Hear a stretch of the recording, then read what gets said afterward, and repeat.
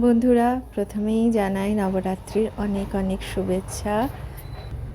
মা দুর্গার কাছে প্রার্থনা করি, তোমাদের সবার মঙ্গল কামনা করি। পৃথিবীর প্রত্যেকটা মানুষের যেন সামাজিক উন্নতি হয়, জাগতিক উন্নতি হয় আর আধ্যাত্মিক উন্নতি হয়।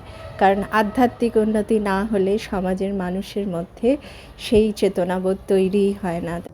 তাই মায়ের কাছে প্রার্থনা করি, মা যেন সবার আধ্যাত্মিক উন্নতি করান, যাতে সম্যক একটা উন্নতি হয়। বন্ধুরা, এই নবরাত্রি 9 দিন আমরা কি করে কাটালাম তার কিছু কিছু মুহূর্ত তুলে ধরেছি এই ভিডিওর মাধ্যমে, আর অবশ্যই কিছু প্রশ্নের উত্তর দিলাম। আমাকে বেশ কয়েকবার এইসব প্রশ্নগুলোর সম্মুখীন হতে হয়েছে, তাই ভাবলাম আজকে ভিডিওর মাধ্যমে সবার সাথে আরেকবার শেয়ার করে দিই। প্রথম প্রশ্নের উত্তর দিই। বন্ধুরা, নবরাত্রি আমি কখন শুরু করেছি? আমি নবরাত্রি শুরু করি যখন আমি চাকরি সূত্রে দেশের বাইরে ছিলাম।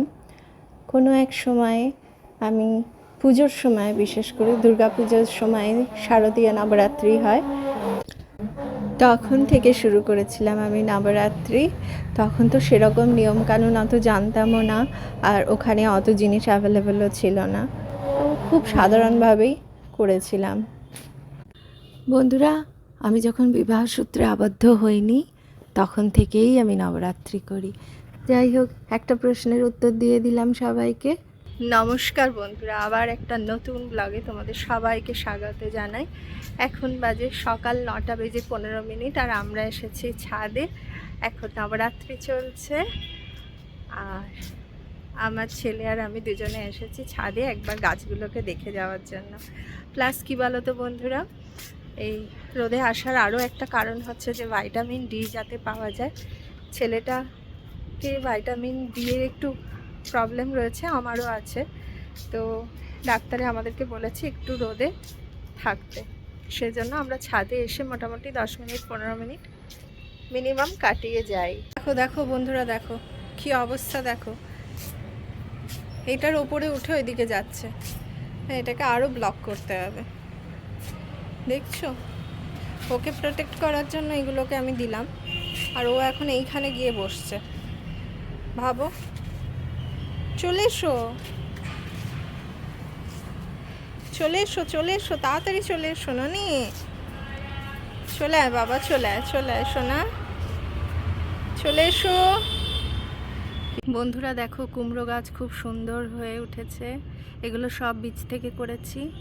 বন্ধুরা, অনেকে আমাকে বলে একটু সেজে গুজে ভিডিও করো।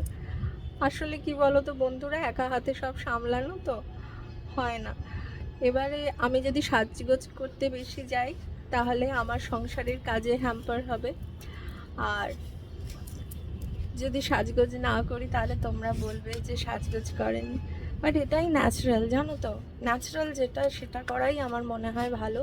কারণ আমরা তো লাইফস্টাইল ব্লগ করছি, তো যেটা ন্যাচারাল সেটাই ভালো লাগে। আর বেশি সাজগোজ করে করতে গেলে কি বলো তো, এই ভিডিওটাই শ্যুট করা হবে না, কারণ সেই আবার লেথার্জি চলে আসবে, থাক বাবা আর পারছি না। কারণ নিজেরও তো সেরকমভাবে রেস্ট হয় না। এটা সব সংসারই গল্প, এটা এমন নয় যে শুধুমাত্র আমার সংসারের গল্প, সব সংসারেরই একই অবস্থা। আর বিশেষ করে যারা মেট্রো সিটিতে থাকে আর দুটো মানুষের সংসারটাকে চালাচ্ছে, তো তাদের জন্য এটাই হচ্ছে ভীষণভাবে নর্মাল। আর যারা ফ্যামিলির মধ্যে, বড় ফ্যামিলির মধ্যে থাকে, বা ধরো সবাই মিলে একসাথে থাকছে, যাদের মা বাবার সাপোর্ট আছে বা রিলেটিভদের সাপোর্ট আছে, তাদের জন্য ব্যাপারটা আলাদা। আর আমরা দুজনে তো এখানে একাই থাকি বলে, ছোট্ট ছেলেটাকে নিয়ে, তো উমেশ অফিসের কাজে ব্যস্ত থাকে। অনেকের ভীষণ রকম সমস্যা হয়, মানসিক সমস্যা হয়। তো সেইটা যাতে না হয়, যে এটাই মানুষের জীবন, এটাই নর্মাল, এটাকে নিয়েই এগিয়ে যেতে হবে, সেই ব্যাপারটা যাতে আমি বোঝাতে পারি যাদের যে সমস্যাগুলো হচ্ছে, যে মানসিক সমস্যা, এটা পাচ্ছি না, ওটা পাচ্ছি না, এটা করতে পারছি না, সেটা করতে পারছি না, নানা রকম সমস্যা হয় না, প্রত্যেক মানুষের জীবনেই নানা রকম সমস্যা আছে, নানা রকম স্ট্রাগল আছে। একটা কোনো মানুষও তো নেই যার জীবনে স্ট্রাগল নেই। কিছু না কিছু নানা রকমভাবে স্ট্রাগল থাকে। ধরো কারোর ফাইন্যান্সিয়াল স্ট্রাগল থাকে, কারোর রিলেশনশিপ প্রবলেম থাকে, কারোর ধরো মেন্টাল প্রবলেম থাকে, নানা রকম ব্যাপারে নানা রকম জীবনের নানা রকম সিচুয়েশনে নানা রকম স্ট্রাগল থাকে। তো একটা পৃথিবীতে মানুষ জন্মেছেই তার জীবনে স্ট্রাগল থাকবেই। হ্যাঁ, এবারে আমরা তো আর সাধু সন্ন্যাসী নই যে জীবনে সব কিছু ছেড়ে দিয়ে সব কিছু করছি, তা নয়।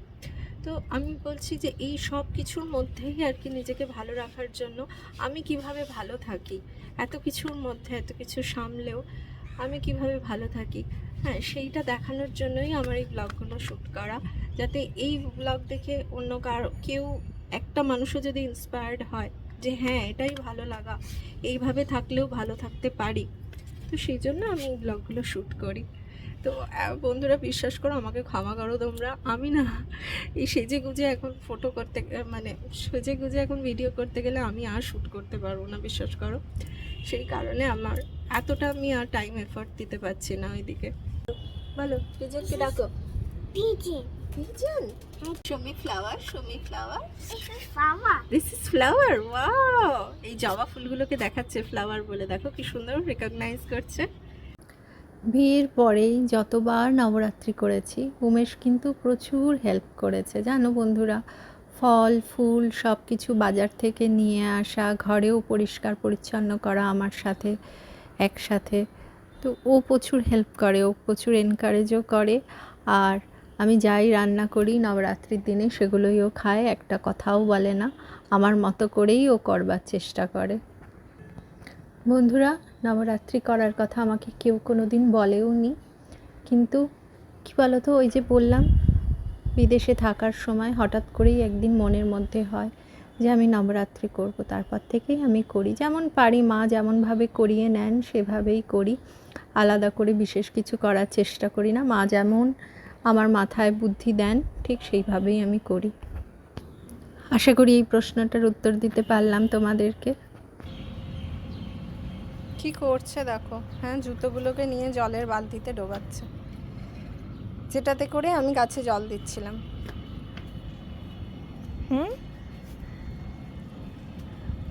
দেখো আজ সকালবেলা কি অপূর্ব সুন্দর সুন্দর ফুল এসেছে।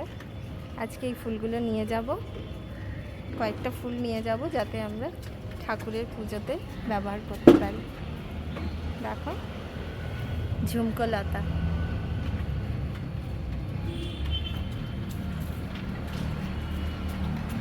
এদিকেও একটা জবা এসেছে।